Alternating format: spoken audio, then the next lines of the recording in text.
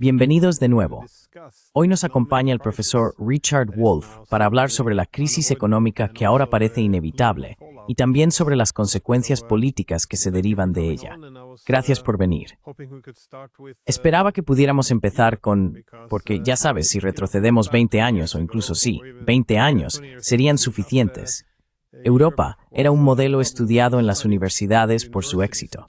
Parecía que el modelo europeo debía su éxito a que los estados se unificaban para aumentar el comercio entre ellos y utilizaban su poder de negociación colectiva para obtener una posición de fuerza frente al resto del mundo.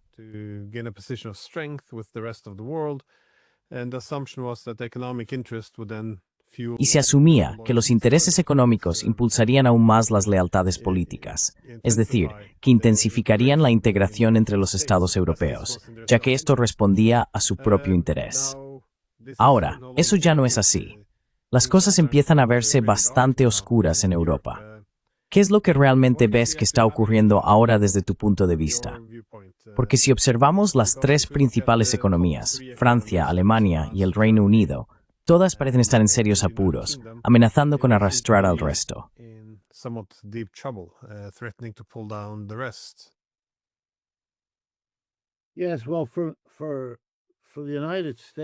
Sí, bueno, en cuanto a los Estados Unidos, y permíteme anteponer esto diciendo, en aras de la transparencia, mi padre nació en Francia y mi madre en Alemania. He hablado francés y alemán toda mi vida, aunque nací en los Estados Unidos y he vivido y trabajado aquí con mi familia. Así que siempre he tenido, por así decirlo, un pie en Europa y otro en los Estados Unidos.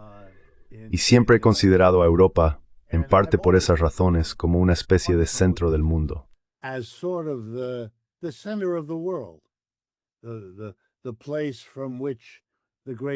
El lugar de donde surgieron la gran literatura, la gran ciencia, lo grande, bueno, completa tú el espacio, ya sabes, Napoleón y todo lo demás como el lugar al que acudir, como el Renacimiento, la Reforma, la Revolución Francesa, las revoluciones de 1848, la Revolución Rusa, todas esas transformaciones históricas increíbles, el auge del marxismo, del socialismo, todo eso fue europeo. Y ahora todo parece haber terminado. Comparto esa perspectiva con estadounidenses de todo el espectro político. Si hablas con la derecha, lo dicen con desdén y despectivamente. Yo no lo haría, no es de donde vengo. Lo digo con mucha tristeza y con la sensación de que algo valioso espero que se conserve, incluso mientras el resto se desmorona.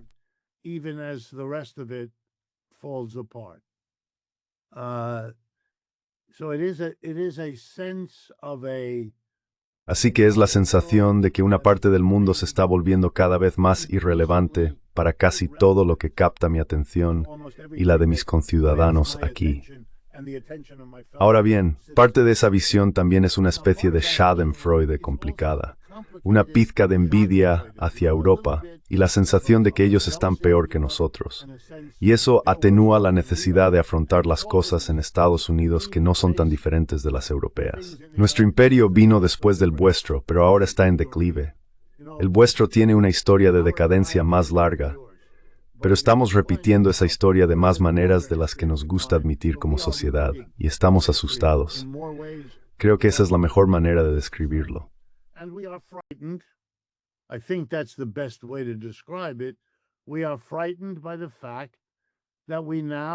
Nos asusta el hecho de que ahora tengamos un competidor económico muy serio. Y debo recordar a todos, si no han estudiado historia económica, que no hemos tenido un competidor económico serio en un siglo. La Unión Soviética nunca fue un problema económico para Estados Unidos. Fingía serlo, pero nunca lo fue. Incluso hoy, el PIB de Estados Unidos ronda los 38 billones de dólares, y el PIB de Rusia es de unos 4 billones, quizás 5 billones. Ya sabes, es literalmente un elefante y un ratón. Nada comparable. China, con sus, lo que sea ahora, 18 o 19 billones, ese es el competidor serio. China más los BRICS constituyen ahora una unidad económica mucho más grande y rica que Estados Unidos y el G7 que lo rodea. Así que, de cualquier manera que se mire, la dominación de Estados Unidos está en un serio declive.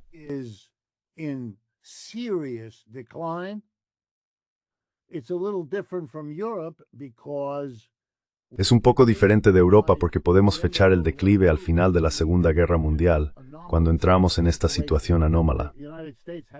Estados Unidos tenía esta posición extraordinaria en la que, ya sabes, el dólar se convirtió de repente en la moneda mundial, la libra esterlina británica quedó fuera de juego, América representaba la mitad de la producción mundial y la mitad del comercio mundial, un dominio total, lo cual en cierto modo, por supuesto, debería haberse reconocido como una situación anómala que no duraría más de una década, si acaso. Pero no se interpretó así en Estados Unidos. Dado el ambiente mesiánico y religioso del país, se decidió en cambio que Estados Unidos era una sociedad totalmente excepcional y que su dominio económico era fruto de la preferencia de Dios por los estadounidenses sobre todos los demás. Todo eso, y la seria idea de que esto simplemente prevalecería indefinidamente.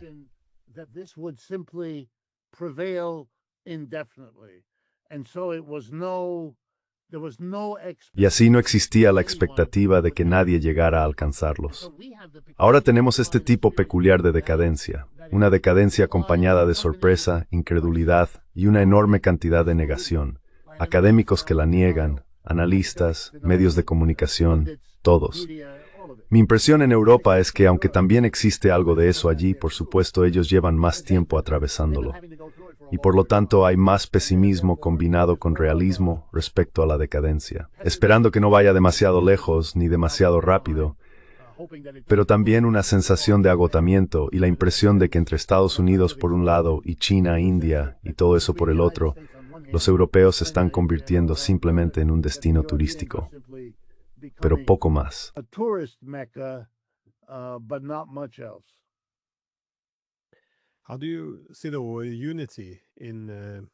¿Cómo ves que se mantenga la unidad de Europa? Porque seguimos refiriéndonos a Europa, pero mencionaste la condición única o temporal del dólar estadounidense y el nivel de concentración económica en Estados Unidos. Otro desarrollo inusual después de la Segunda Guerra Mundial ha sido la unidad de los estados europeos, por supuesto bajo el liderazgo de Estados Unidos, pero también basada en gran medida en el dominio continuado de Occidente político. Pero hay que preguntarse, ¿por qué países como Irlanda y Bulgaria, Grecia y Letonia, qué tienen realmente en común en términos de interés económico?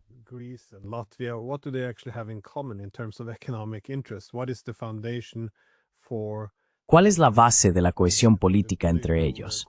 Porque, como dije al principio, en los años 90 y 2000 se podía argumentar que la UE era un proyecto económico. Todos tenían interés en poner en común su soberanía, y la UE ofrecía entonces beneficios tangibles a sus Estados miembros. Pero hoy en día es muy difícil sostener ese argumento. De hecho, la propia UE dice ahora, no, somos una Europa geopolítica, lo que supongo que significa enfrentarse a Rusia. Pero eso no parece ser suficiente, para mantener unido el continente.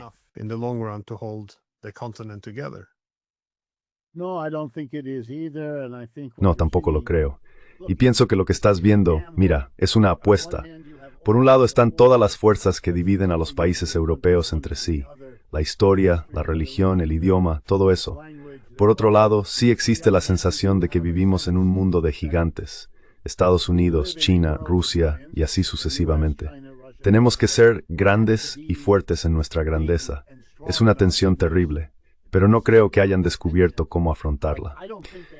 Creo que el error estuvo al principio. Fue una unificación hecha por, si me permites, la clase empresarial. La organizaron ellos, la organizaron para ellos.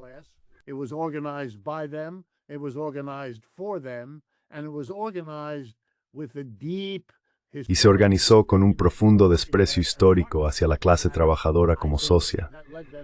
Creo que eso les llevó a generar sentimientos muy negativos, tendencias muy malas hacia la impaciencia, viendo la unificación como lo que, en muchos sentidos, fue una maniobra táctica de la clase empresarial para amenazar o arrebatar el bienestar social que la clase trabajadora había conquistado en Europa durante el periodo de entreguerras y un poco después. Y creo que eso significó que no existía la unificación en términos de clase necesaria para que este proyecto político-económico tuviera sentido. La clase trabajadora nunca tuvo el poder ni la unidad para realizar la unificación por sí misma, así que no quería lo mismo que la clase empresarial. La soportó, pero no estaba contenta. It suffered that, but it wasn't happy. And what that meant was, inside every country, Y lo que eso significaba era que dentro de cada país, la oposición a lo que estaba surgiendo adoptó la forma no de una toma de partido en función de la clase, que podría haber ocurrido y probablemente debería haber ocurrido, sino de un cuestionamiento de la propia unificación. No queremos esto. No queremos que Bruselas dicte a todos lo que debe suceder. Adquiere esta forma nacional, esta lucha entre el país y la UE y todo eso. Es una receta para un conflicto interminable y una pérdida constante.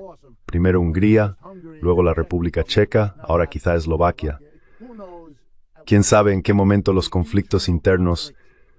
Sabes, conozco un poco Francia. Sé que Mélenchon tiene a muchas personas de izquierdas que no están nada contentas con la UE. Y supongo, no lo sé, pero lo supongo que en la derecha, Le Pen y todas esas fuerzas también incluyen a más de unos pocos euroescépticos, etcétera, etcétera.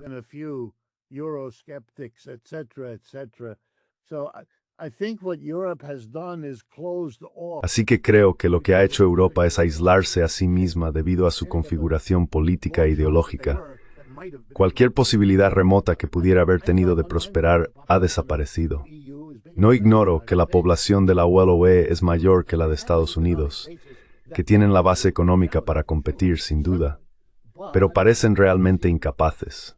Y no quiero exagerarlo, seguro que has tenido otros invitados que sí lo han hecho, pero la calidad del liderazgo, Macron, Merz, Starmer, vaya, incluso desde este país, con el líder ridículo que tenemos, parece que los europeos están en muy mala situación. Y luego, si a eso le sumas esto, que para nosotros, incluso aquí, en la cuna de la Guerra Fría, parece excesivo, la locura europea respecto a Rusia, Putin y todo lo demás.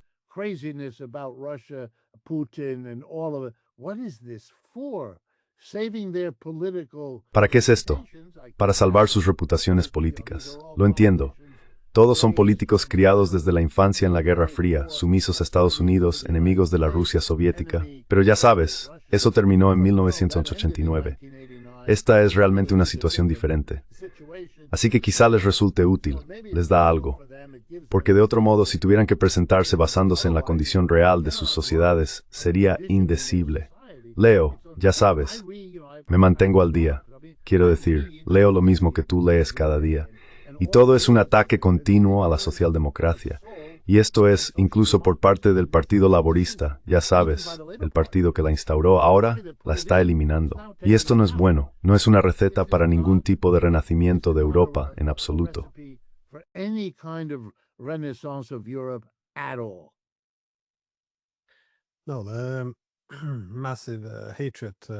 No, el odio masivo, casi obligatorio hacia Rusia es muy enfermizo y extraño, por decirlo suavemente. Pero creo que también cumple una función, reflejar su propio sentido de virtud. Porque si los rusos son tan malos, entonces ellos son tan buenos. Es una buena forma de plantear el nosotros contra los otros. En cuanto a las perspectivas de recuperación de Europa, aún no ha habido muchas buenas propuestas. Parece que los alemanes están optando por una especie de keynesianismo militar. Es decir, como ya no pueden fabricar coches competitivos con los de China, van a empezar a fabricar tanques. Pero ¿cómo ves tú los cimientos de Europa? Sí, supongo que se trata de construir una nueva Europa basada en un complejo militar industrial.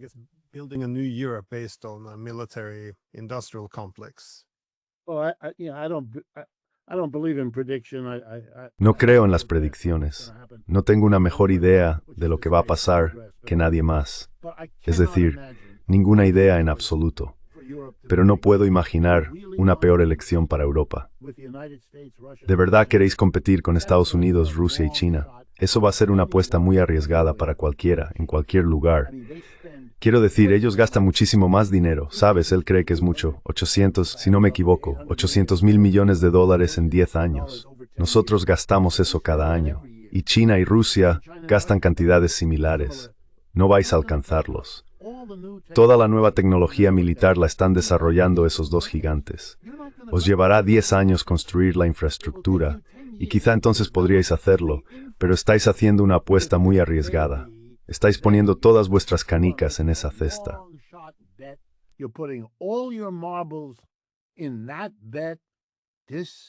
Wow, this strikes Esto, me. vaya, esto me parece muy extraño. Puedo imaginar la reunión en la que los generales de la OTAN o los generales de Alemania se sientan con los políticos y dicen, si dependes del ejército alemán, serás un ejército de tercera en una guerra de primera. La única manera de participar en esta guerra es comprando el equipo a Estados Unidos o a Rusia y China. Pero no eres un actor independiente aquí. No puedes. No está a tu alcance. Simplemente no está disponible. Y los rusos, supongo que toman su modelo de los rusos, porque son contra quienes están luchando ahora. Pero eso también es un error. Los rusos hicieron esa apuesta, pero la hicieron desde una posición mucho más fuerte y con un aliado real.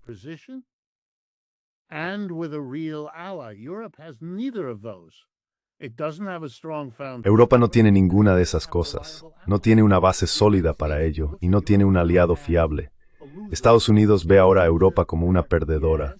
Sí, obtenemos algunos beneficios, pero en su mayoría nos están frenando. Todo este asunto con Ucrania para ellos se ha acabado. Quieren seguir con los negocios. No quieren esto. Pase lo que pase, no les resulta interesante. Se están agotando, tienen problemas de dinero y no quieren esto.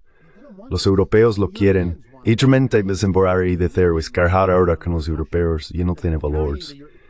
Nu in se siempre, en los otros, en perdes una p, thier en series care. And it's a waste of our time, energy, and money.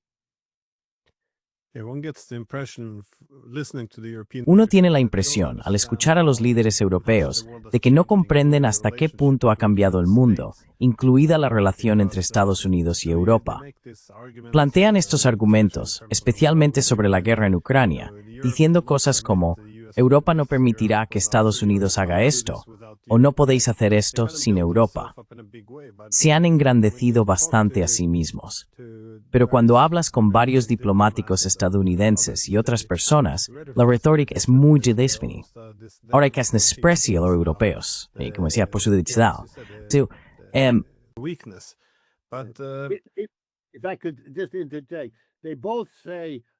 Si me permites intervenir, ambos dicen que este es un problema europeo.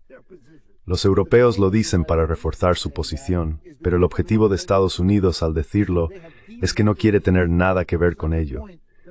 Han degradado el asunto hasta tal punto que cuando dicen que lo gestionen los europeos es porque está por debajo de su interés. No les importa lo que ocurra. Todo lo que quieren es un acuerdo que les permita reconstruir sus recursos militares y contrarrestar a los chinos. Mira, todo esto podría cambiar. No quiero dar a entender que estemos paralizados en todo esto. El rumbo de colisión con China es en sí mismo un problema aquí en Estados Unidos. No es un asunto resuelto.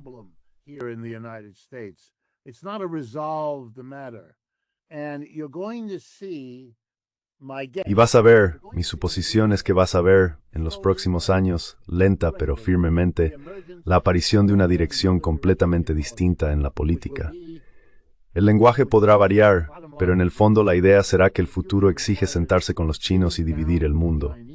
Eso se presentará como una política más barata y mejor que el giro hacia Asia y la confrontación con China de los partidos republicano y demócrata. Todo eso se describirá como peligroso, ineficaz y costoso, mientras que la alternativa se considerará menos propensa a conducir a la guerra, mucho más barata y, por tanto, liberadora de recursos para afrontar las divisiones internas de Estados Unidos, que se están volviendo peligrosas para la supervivencia de la sociedad. Y ese argumento se planteará y acabará siendo eficaz en este país.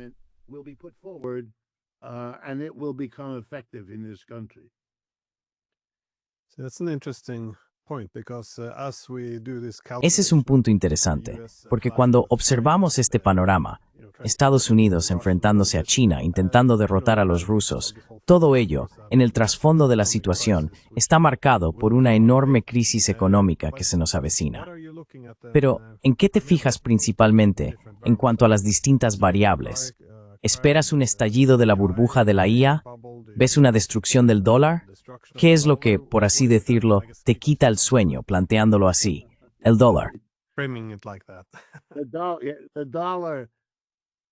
I see the dollar more as a gradual, so I don't expect that. Veo el tema del dólar más como un proceso gradual. No espero que sea algo que precipite o cause un gran impacto. Ya sabes, esto lleva ocurriendo desde hace 30 o 40 años y se han ido haciendo ajustes. Así que no lo espero. Sí, nos corresponde una recesión en este país. La burbuja de la IA es una candidata evidente a lo que podría precipitarla. También hay otras posibilidades. Te daré un par. Una es el nivel de desigualdad. Estados Unidos no puede soportar este nivel de desigualdad. En primer lugar, está desgarrando al país. Pase lo que pase, ese es el problema. Es la forma en que los estadounidenses piensan sobre la economía, sobre su propia economía, sobre su situación personal. Siempre se trata de mis ingresos y de lo que puedo permitirme comprar en comparación con los demás.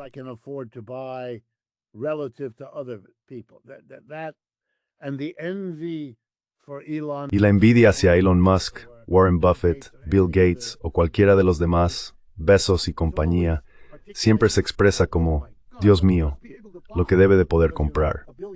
Porque ya sabes, $1,000 millones es una cifra difícil de imaginar. El nivel de desigualdad en esta sociedad es ahora insostenible. Y lo digo como estadounidense que nació y ha vivido toda su vida en la era posterior a la Segunda Guerra Mundial.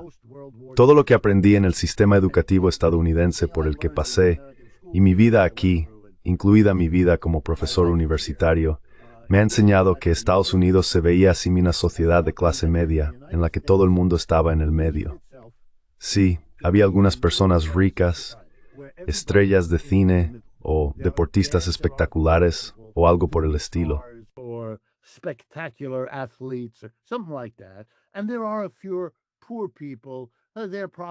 Y había algunas personas pobres, probablemente tenían algún tipo de discapacidad mental, o un problema con las drogas, o algo por el estilo. Pero la gente habitual, todos éramos de clase media. Nos vestíamos igual, íbamos a la escuela, hablábamos de manera parecida, y así sucesivamente. Eso ahora se ha destruido. Y llevó un tiempo que la gente entendiera que no se trataba solo de su propia situación, es algo social. Ahora lo comprenden, es un desarrollo social. Pero como se les prometió una vida de clase media, y muchos de ellos crecieron en una vida de clase media, son muy conscientes de lo que no están recibiendo. Son muy conscientes de que lo que se les prometió como recompensa por comportarse bien, vestirse bien, ir a la escuela, estudiar y todo eso, es falso. All of that is false. The so-called La llamada generación Z, las personas nacidas a finales de los 90 hasta alrededor de 2012, si se observan las estadísticas, está muy desempleada, muy deprimida y muy dependiente de las drogas. Es algo extraordinario, incluso en comparación con la cohorte anterior. Así que hay una crisis creciente en la que la gente es receptiva al MAGA, a Trump, porque él promete hacer que Estados Unidos vuelva a ser grande, lo que para ellos significa un regreso a lo que se suponía que debía sucederles, pero nunca ocurrió. Hay un reconocimiento incipiente de que eso no está pasando, y que Trump, ya se puede ver ahora, se encuentra en mayores dificultades con cada día que pasa. Pero la razón de ello no es el caso Epstein, ni nada por el estilo.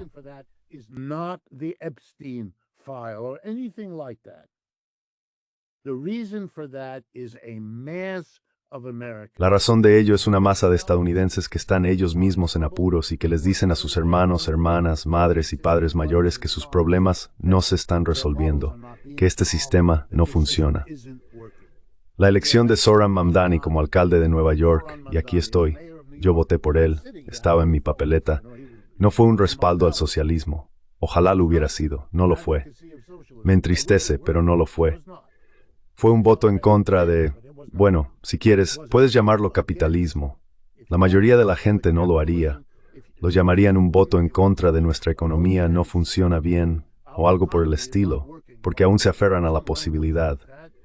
Pero están muy enfadados.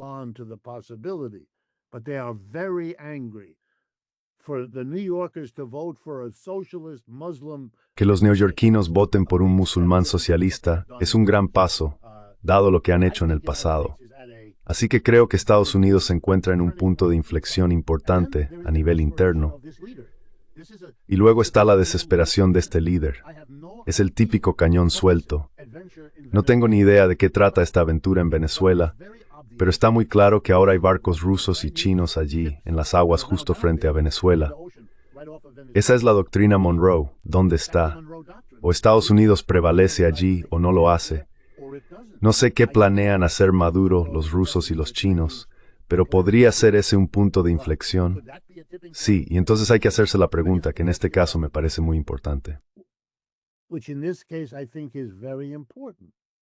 It may seem as a symbol, but it's more important. Puede parecer un símbolo, pero es más importante que eso. Y los símbolos pueden ser muy importantes. En los últimos 2 o 3 meses, el señor Trump ha autorizado la muerte de unas 85 personas en pequeños barcos de pesca alrededor de Venezuela y esa parte de Sudamérica. Estas son personas que en el pasado habrían sido abordadas por un buque naval estadounidense.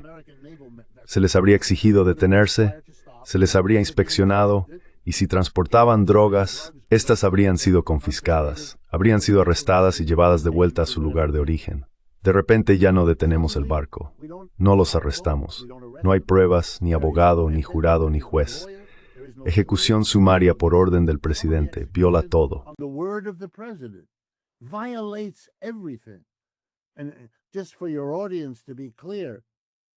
Y solo para que su audiencia lo tenga claro, Estados Unidos tiene un problema muy grave con las drogas, y lo ha tenido durante al menos el último medio siglo, si no más.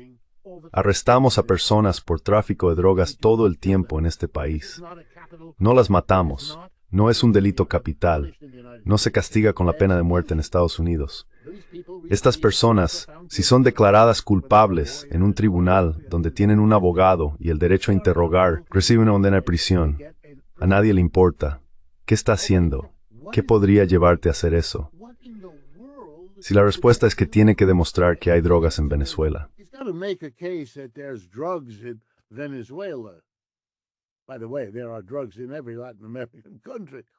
Por cierto, hay drogas en todos los países de América Latina, y muchas. Pero si él va a jugar a ese juego, es un precio terriblemente alto que pagar. ¿Por qué harías eso? ¿Qué tipo de mentalidad te hace vulnerable? Incluso aquí en Estados Unidos, incluso entre los dirigentes del Partido Republicano, se están planteando preguntas sobre la flagrante ilegalidad de lo que está haciendo. Ahora bien, tienes razón si quieres preguntarme si hay algún movimiento para detenerlo. La respuesta es no, no lo hay, y eso es muy significativo. Pero incluso para el señor Trump, estas son cosas extraordinarias, realmente extraordinarias. Así que creo que el potencial de que todo esto se transforme muy rápidamente en una crisis global es absoluto, absolutamente.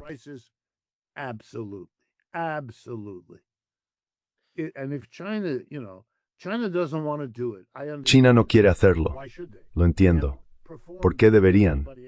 Les ha ido mejor que a nadie durante 25 años bajo la Pax Americana. Si tienes, aunque sea un poco de formación en Hegel, entenderás que hay algo casi encantador en cómo el dominio estadounidense impulsó y permitió el ascenso de China. Y luego, por supuesto, recordarás que el Imperio Británico impulsó y permitió el de Estados Unidos. Así que, quiero decir, no es la primera vez, por decirlo menos. Pero hay algo en ello. Al fin y al cabo, América y Gran Bretaña eran anglosajonas, bla, bla, bla, y estos son comunistas chinos frente a Occidente. Pero aún así, esa es la historia dominante. But nonetheless, that's the dominant story. And I think people here are very, very worried. Y creo que la gente aquí está muy, muy preocupada. Las personas más sofisticadas a lo largo de todo el espectro político expresan su preocupación de distintas formas. Pero creo que se trata del mismo problema. Adopta la forma de, nunca habíamos sentido este nivel de odio, esta amargura. Si prestas atención, lo verás. Marjorie Taylor Greene, una ultraderechista, tiene un desencuentro con Trump y enseguida aparece en televisión diciendo que teme por su familia, que la gente vendrá de noche y los matará. El señor Trump, enfadado con algunos funcionarios que recordaron al ejército que es ilegal obedecer una orden ilícita de un superior, amenaza con ejecutarlos por traición. Estas no son cosas triviales, ni son excepcionales. Este se ha convertido en el lenguaje. The language. Bueno, gran parte de esto proviene, por supuesto, del cambio en la distribución del poder y de las inseguridades económicas, la crisis. Quiero decir, es casi irrealista suponer que los problemas económicos que se nos vienen encima no darían lugar a una especie de locura política como la que estamos viendo ahora. Es decir, hace solo unos años, si me hubieras dicho que el presidente de Estados Unidos ordenaría ataques contra barcos pesqueros sospechosos de transportar drogas cerca de Venezuela, quiero decir, es una época completamente loca. Pero mi última pregunta era sobre cómo ves que está cambiando ahora la relación entre Estados Unidos y Europa, teniendo en cuenta que Estados Unidos no solo está modificando sus prioridades y sus capacidades en cuanto a los recursos económicos de los que dispone, sino también sus posesiones en el mundo.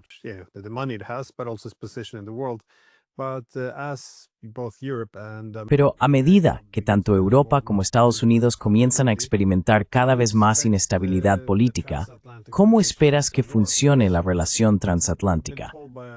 Porque un colega estadounidense me ha dicho que las discusiones que están teniendo en Washington giran más o menos en torno a buscar nuevos modelos sobre cómo deberían tratar con los europeos.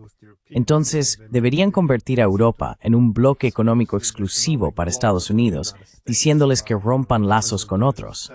¿O debería Estados Unidos extraer más riqueza de Europa, trasladando algunas industrias al otro lado del Atlántico? Quiero decir, se trata de hacia qué dirección van las cosas. Desde luego, la relación no será como en el pasado.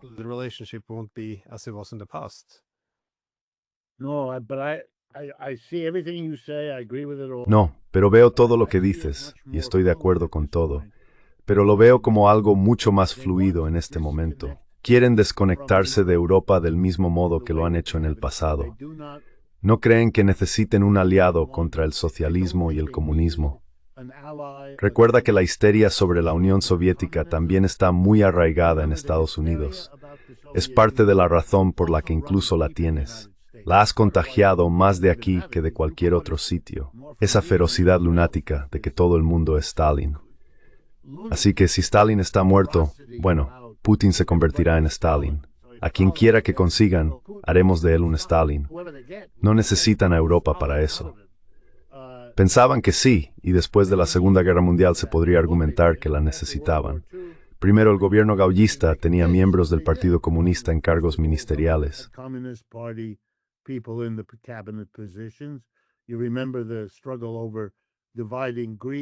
¿Recuerdas la lucha por dividir Grecia entre Occidente y Oriente, y el papel complicado de Yugoslavia y los países del Comintern? Todo eso se entiende ahora no solo como algo terminado, sino borrado. En otras palabras, hay que contener a los europeos del este. Ese es el chiste que se hace. Hay que contenerlos porque están tan enfadados con los rusos que se pasarían de la raya. Y luego están Estonia, Letonia y Lituania, la gente que habla de forma exagerada y que se considera un poco obsesionada con todo esto. Así que ya no quieren seguir apoyando a Europa.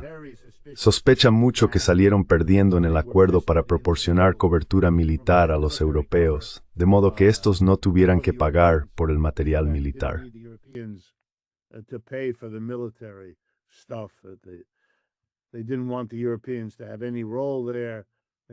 No querían que los europeos tuvieran ningún papel allí. No confiaban en ellos y no querían eso. Todo eso ahora ha desaparecido en cierta medida. No esperan mucho de los europeos, nada que yo sepa. Nada de gran importancia militar fue adquirido por el ejército estadounidense de sus aliados europeos.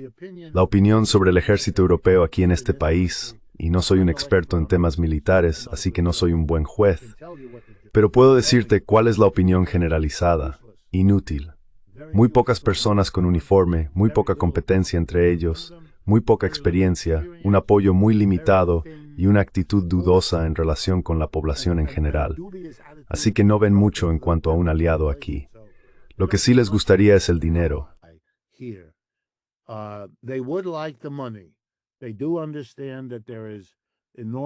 Entienden que en Europa se ha acumulado una enorme riqueza, y tienen razón en eso. Y el señor Trump está haciendo lo que todos ellos querrían hacer: conseguir que los europeos vean a Estados Unidos como el asegurador de su situación. Pero ya no siendo la superpotencia militar, sino dando dinero de verdad. Quiero decir, ¿te diste cuenta? Va a haber a cada líder europeo, empezando por Starmer y von der Leyen, y el acuerdo es, reduciré el arancel del 20-30% al 15%, pero tenéis que comprometeros a una compra de gas natural licuado durante 10 años, y tenéis que comprometeros a invertir 600, 700, 800 mil millones de dólares aquí. Ese último punto, y en realidad ambos, pero especialmente el último, me parece extraordinario.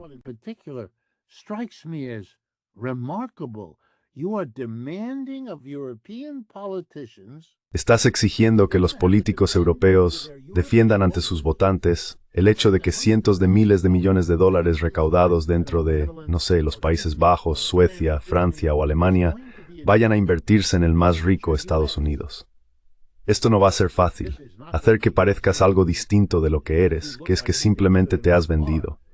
Y Estados Unidos está diciendo, no nos importa. Si no queréis hacerlo, vaciaremos vuestra economía desde dentro.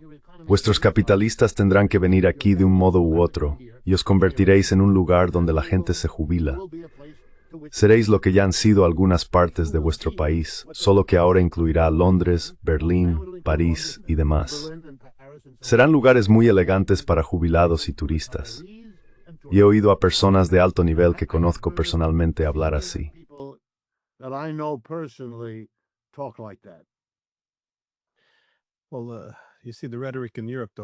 Bueno, pero fíjate en la retórica en Europa.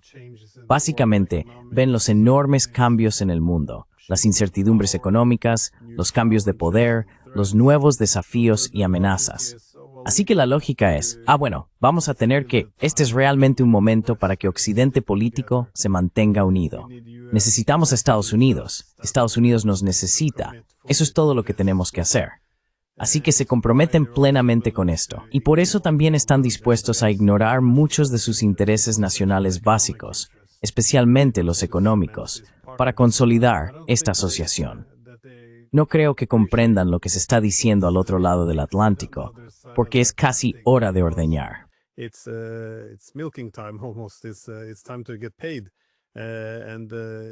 Es hora de cobrar. Y de nuevo, en ese lado lo ven de forma más pragmática. Si estamos atravesando estos tiempos difíciles, entonces tendremos que cambiar nuestras prioridades. Podemos dedicar menos recursos a Europa, pero deberíamos extraer más. Me parece que el liderazgo europeo no comprende realmente algunos de los dilemas clave. A medida que avanzan e ignoran sus intereses económicos y nacionales, creo que alimentarán a una ciudadanía masiva e insatisfecha que, con el tiempo, empezará a buscar alternativas más radicales cuando la crisis política y la ilegitimidad empiecen realmente a afianzarse. ¿Reflexiones finales?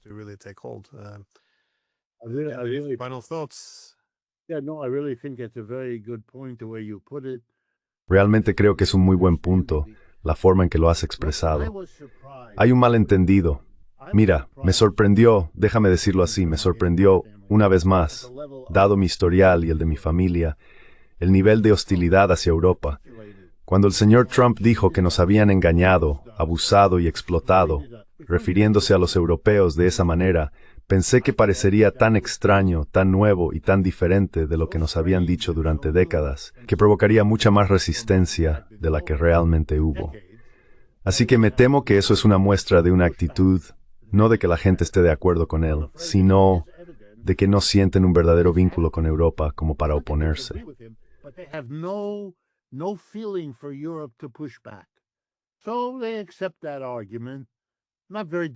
Así que aceptan ese argumento, no muy profundamente, pero se repite una y otra vez.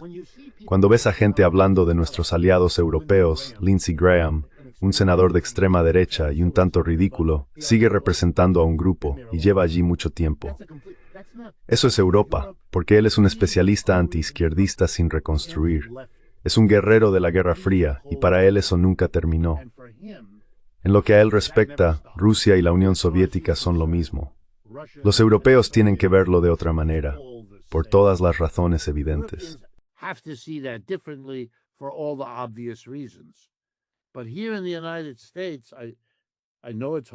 Pero aquí, en Estados Unidos, y sé que a los europeos les cuesta cada vez que intento explicar esto, el senador que es su buen amigo Tuberville, de Alabama, es famoso por decir que cuando ganó las elecciones al Senado, iba a dedicarse, como todos en su familia, a luchar contra los comunistas.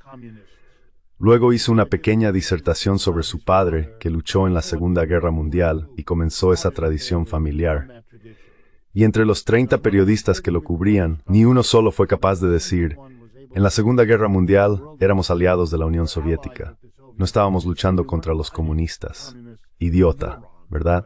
Y en este país, Rusia sigue siendo la Unión Soviética.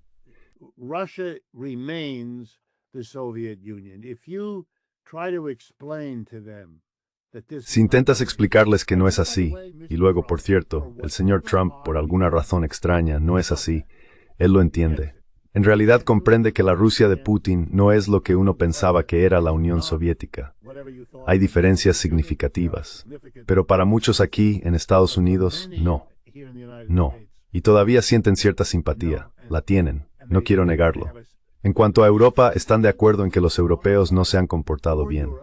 Les parece perfectamente bien imponerles un arancel, y está bien obligarles a comprar nuestro gas, y está bien hacer que inviertan. Pero hay que apoyarlos frente a Rusia. Eso, piensan, es muy importante, porque Estados Unidos no debería tener que hacerlo todo por sí solo. the United States shouldn't have to do that all by itself. Sí, no es de extrañar que la guerra en Ucrania se esté utilizando como el principal instrumento de los europeos para mantener a Estados Unidos en el continente. Es la manera. It's the only way. Es la única manera este método. Bueno, gracias por tomarte el tiempo y dejarme hacerte algunas preguntas. Así que sí, que tengas un gran día. You too, and Tú también. your program, Glenn. Y gracias por tu programa, Tran. Es uno que yo veo, mis estudiantes ven, y un servicio importante, porque estamos agradecidos. Grateful for.